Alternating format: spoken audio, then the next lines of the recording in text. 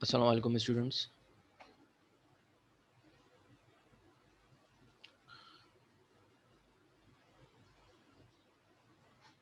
आज की क्लास में हम नया चैप्टर स्टार्ट करेंगे जो कि बेसिकली यूनिट नंबर 5 के नाम से है या चैप्टर 5 आप कह लें।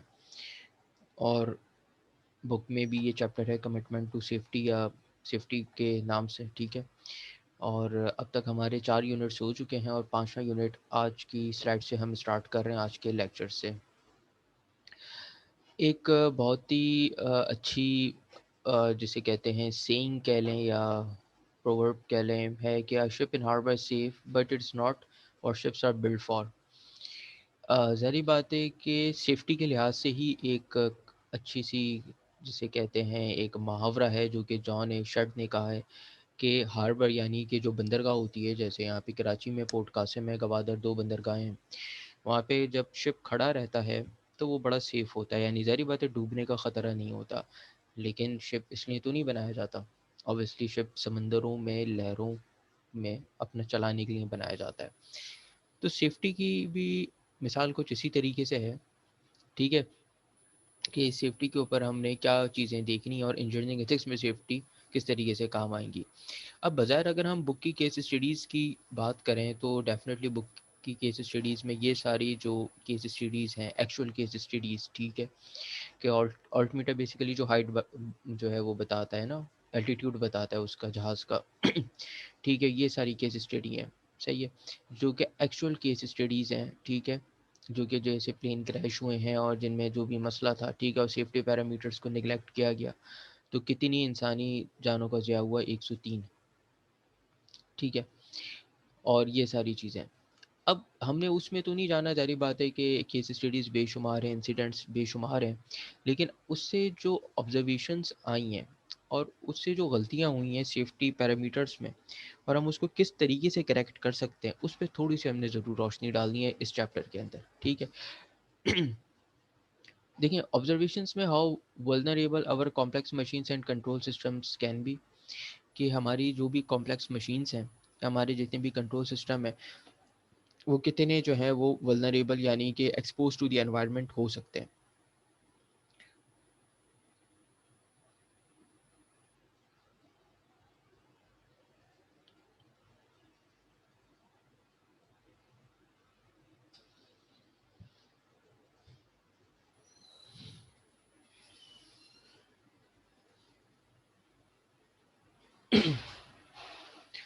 दूसरा पॉइंट है how they can malfunction due to unanticipated circumstances. Unanticipated, anticipate करना कहते हैं प्रिडिक्ट करना, मुतवक्का, अनएंटिसिपेटेड गैर मुतवक्का, सर्कमस्टांसेस हालात, ठीक है, how they can malfunction due to unanticipated circumstances, के वो किस तरीके से माल फंक्शन कर सकते हैं अनएंटिसिपेटेड सर्कमस्टांसेस में, ठीक है जी।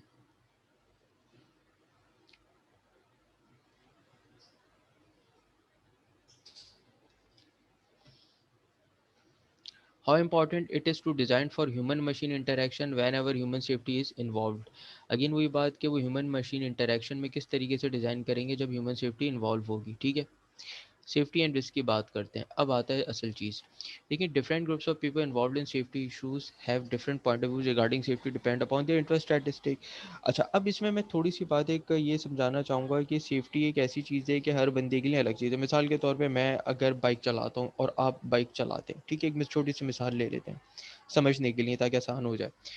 मेरे लिए सेफ्टी हो सकता है ये हो कि मैं हेलमेट भी पहनूँ, मैं ग्लव्स भी पहनूँ, मैं जो घुटनों के ऊपर वो लगाते हैं हैवी बाइक की जब रेसिंग होती है, ठीक है, कवर होता है, मैं वो भी पहनूँ।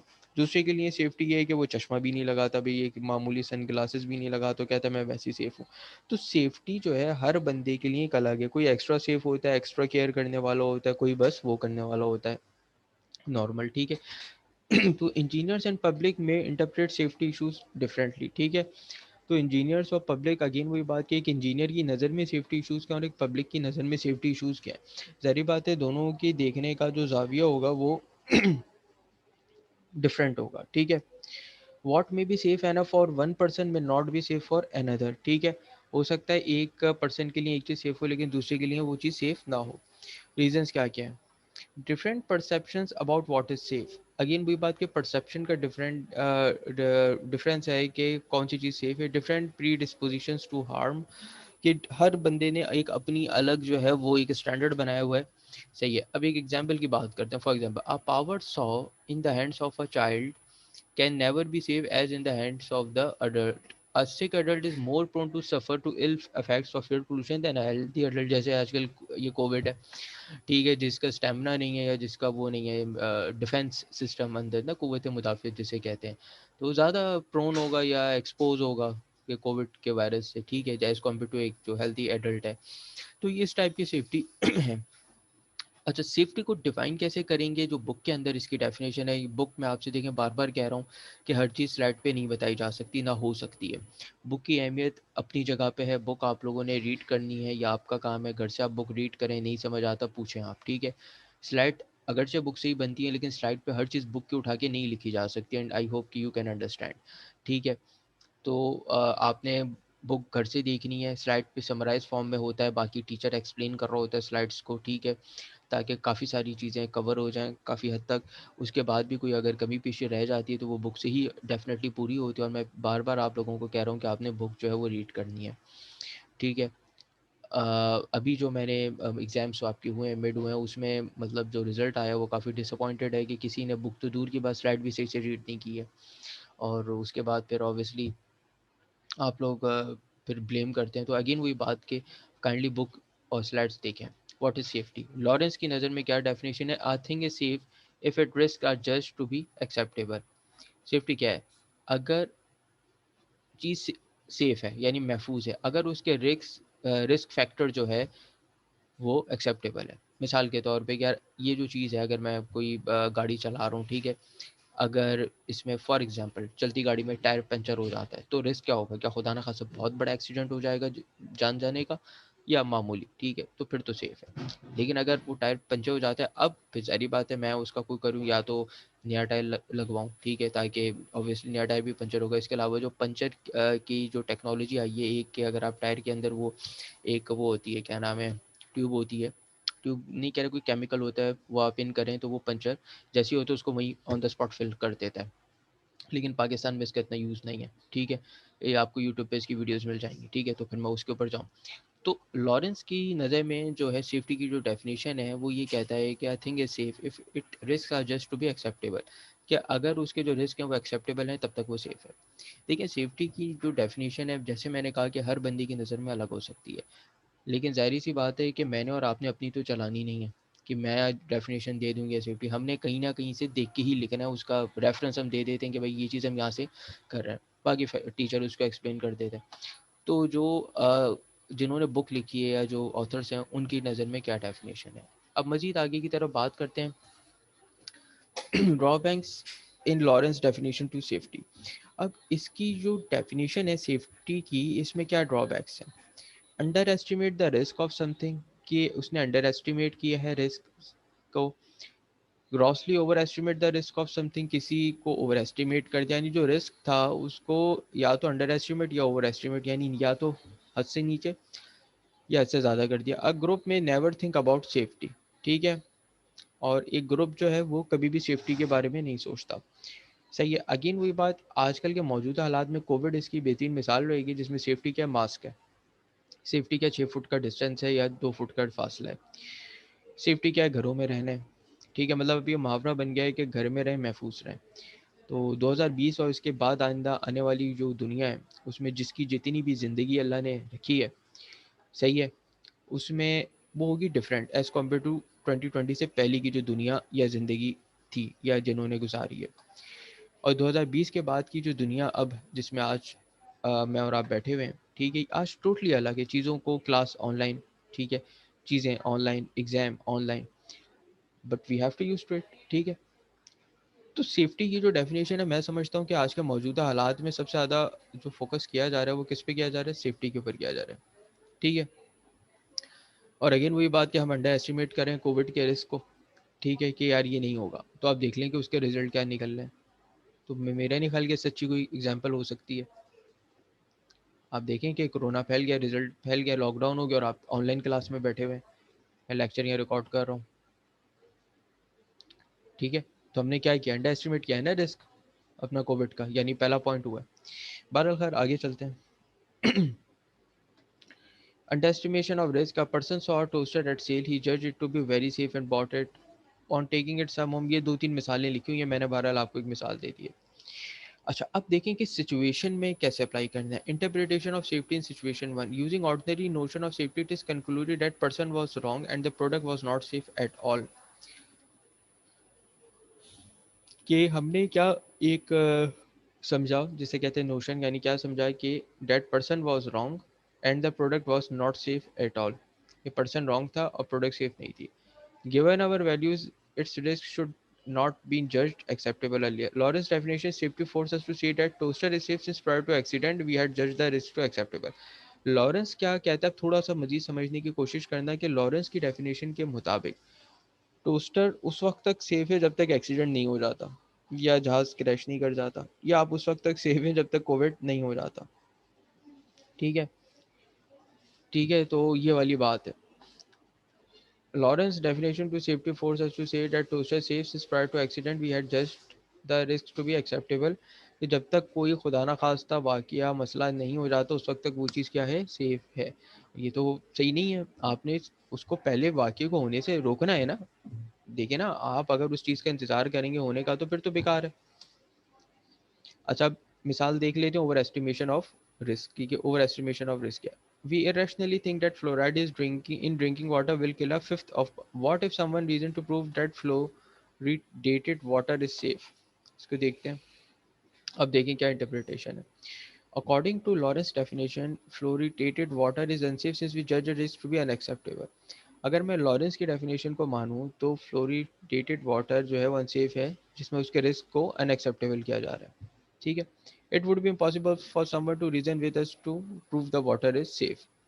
अगेन वही बात।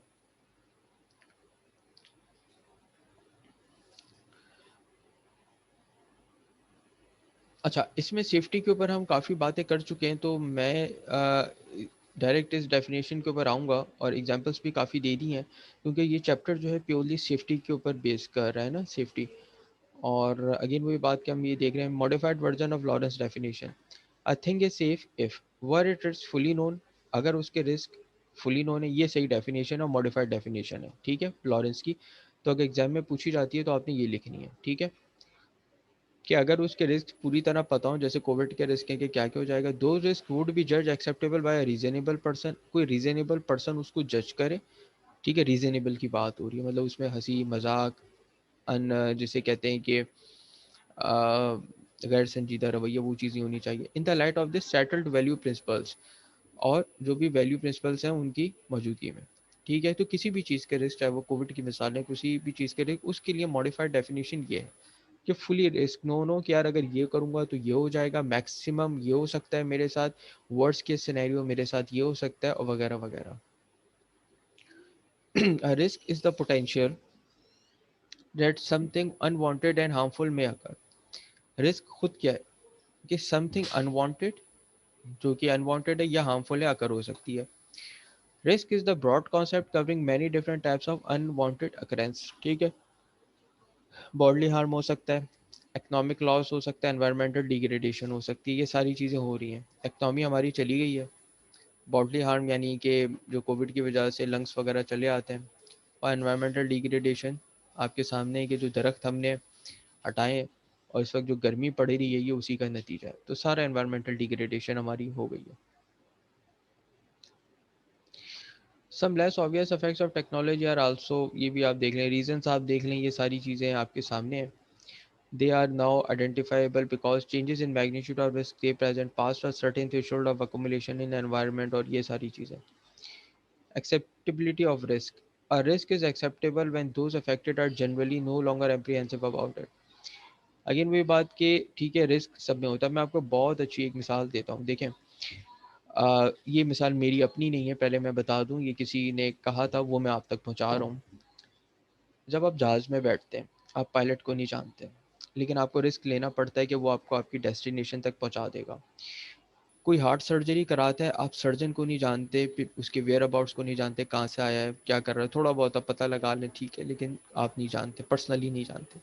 रिस्क लेना पड़ता है कि यार ये मेरी ज़िंदगी बचा लेगा। बचाने वाली अल्लाह की ज़ात है, लेकिन ऑब्वियसली कोई वसीला तो बनना है ना।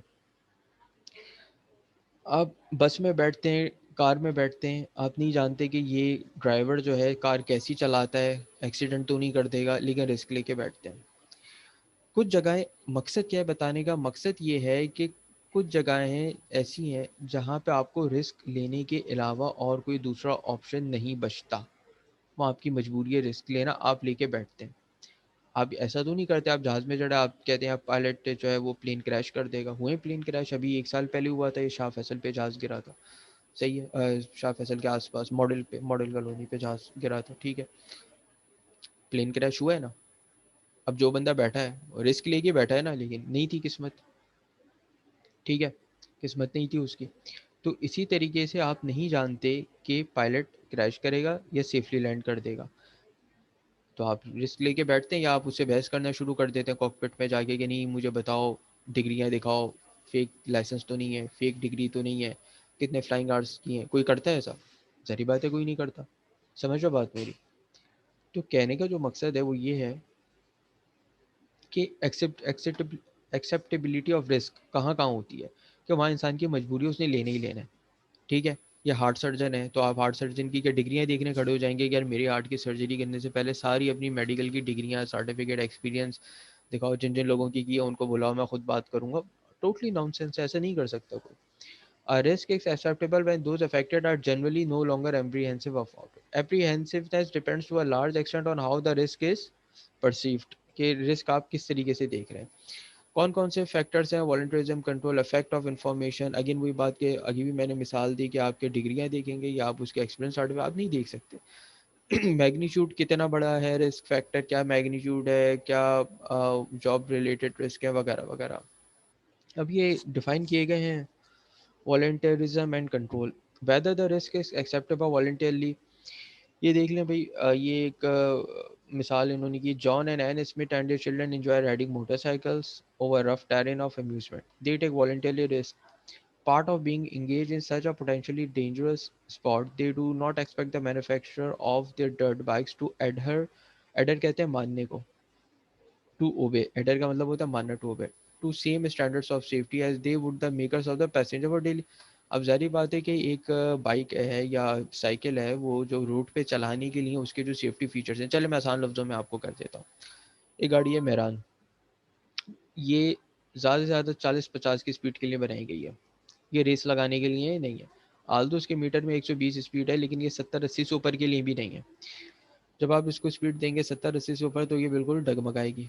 अब आप, क्योंकि इसके सेफ्टी फीचर, सेफ्टी स्टैंडर्ड ये नहीं है, अब आप उस पर अगर रेस लगाएं तो मेरा ख्याल से सऊदी अरब में ये फतवा जारी हुआ है कि वो खुदकुशी करने के बराबर होता है रेस लगाना, ठीक है। ये फतवा है इस पर, ठीक है। इसी तरीके से पाकिस्तान के अंदर जितनी भी बनने वाली गाड़ियाँ, टोयोटा है या वो है, उनके जो सेफ्टी स्टैंडर्ड्स हैं या जो फीचर्स हैं वो अप टू द मार्क नहीं है, एज़ कम्पेयर टू जापान की जो गाड़ियाँ जो कि 30 लाख से ऊपर हैं, यूजुअली 35 लाख, जिसमें ये 500 और डिफरेंट है।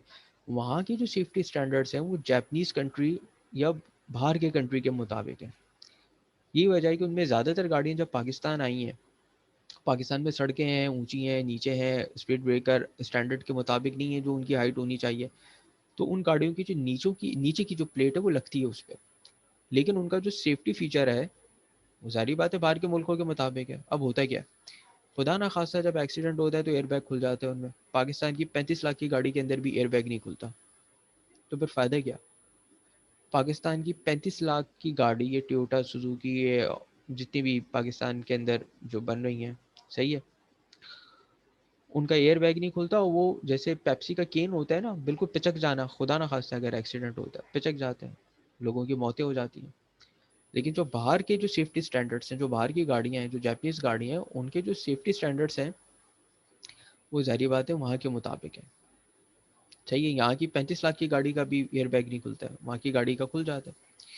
वहाँ की जो वो गाड़ी की जो बॉडी बनाई गई है, ठीक है, वो उस हिसाब से फीचर्स में बनाई गई है। अब बात समझ रहे हो मेरी, ठीक है। तो ये बहरहाल खैर एक मैंने आपको मिसाल दी थी। अब इसको थोड़ा-सा हम यहाँ पे कंक्लूड करते हैं आज की क्लास के लिए कि एनालिसिस क्या है, कि अब ये तो ख़ैर उसी के अंदर मैंने आपको मिसाल दे दी, ये तो लिखी हुई है लेकिन मैंने आपको आसान मिसाल में समझाया था। John and behave as a most of us would behave under such circumstances, ये वही चीज़ें लिखी हुई हैं। मतलब इसका मतलब ये है कि आपने एनालाइज़ करना है। जैसे अगर आप गाड़ी खरीद रही हो, मैंने आपको अभी बताया ना, एक एनालिसिस की जापानीज़ गाड़ियों की, एक एनालिसिस मैंने किसकी की, जो पाकिस्तान के अंदर आपकी लोकल मेड गाड़ी हैं जैसे मेरान वगैरह, ये है, इनकी एनालिसिस की मैंने आपको। अब मैंने एनालिसिस करके आपको बता दिया कि सेफ्टी फीचर्स क्या हैं। अब ये आपकी गलती है कि आप उसका यूज़ कैसे करती हो, ठीक है, क्योंकि मेरान उस पर्पज़ के लिए नहीं बनाई गई। मेरान एक शॉर्ट डोमेस्टिक पर्पज़ के यूज़ के लिए बनाई गई है, ठीक है, जो 40-50 की स्पीड से ऊपर नहीं जा सकती, ठीक है। इसी तरीके से पाकिस्तान में बनने वाली गाड़ियाँ जो हैं वो, लेकिन जो जापानीज़ हैं, या अगर हैवी बाइक्स की मिसाल लोगे जैसे हायाबुसा, फरारी है, डिफरेंट है, वो उनके सेफ्टी फीचर्स बेटा उनके मुताबिक हैं। अब बात समझ रहे हो मेरी, उनके सेफ्टी फीचर्स उनके मुताबिक हैं। तो ये सारी चीज़ें हैं। तो आज की क्लास में हम 27 स्लाइड्स से कर चुके हैं and I think it is more than enough, ठीक है। तो फिर मैं आपसे कह रहा हूँ कि हमने नया चैप्टर स्टार्ट किया, यूनिट 5, ये सेफ्टी से रिलेटेड है, बुक में आपको मिल जाएगा सेफ्टी से रिलेटेड चैप्टर, ठीक है। और मैं बार बार रिपीट कर रहा हूँ, देखिए सारी चीज़ें स्लाइड के अंदर नहीं आ सकती, तो आपने जो है वो लाजमन जो है वो बुक खोलनी है। अगर बुक से कुछ समझ में नहीं आता तो आप मुझसे पूछ सकते हैं, ठीक है। व्हाट्सएप पे मैसेज करके पूछ सकते हैं। क्वेश्चन आंसर सेशन हम व्हाट्सएप पे रखते हैं। एक्सट्रीम सर्कमस्टांसेस में आप चाहें तो अपना सेफ्टी फीचर्स लेके एसओपीज़ के साथ आ सकते हैं। हम रोज़ आ रहे हैं, ऑफिस अवेलेबल हैं आपकी हेल्प के लिए, ठीक है, लेकिन पूछ के आइएगा, सही है। तो अगर कोई चीज़ समझ में नहीं आती तो मैं पर्सनली भी आपको समझा सकता हूँ, आप ऑफिस में आ जाएँ, ठीक है। तो आज की क्लास के लिए यहीं तक रखते हैं। ओके जी, थैंक यू वेरी मच, अल्लाह हाफ़िज़।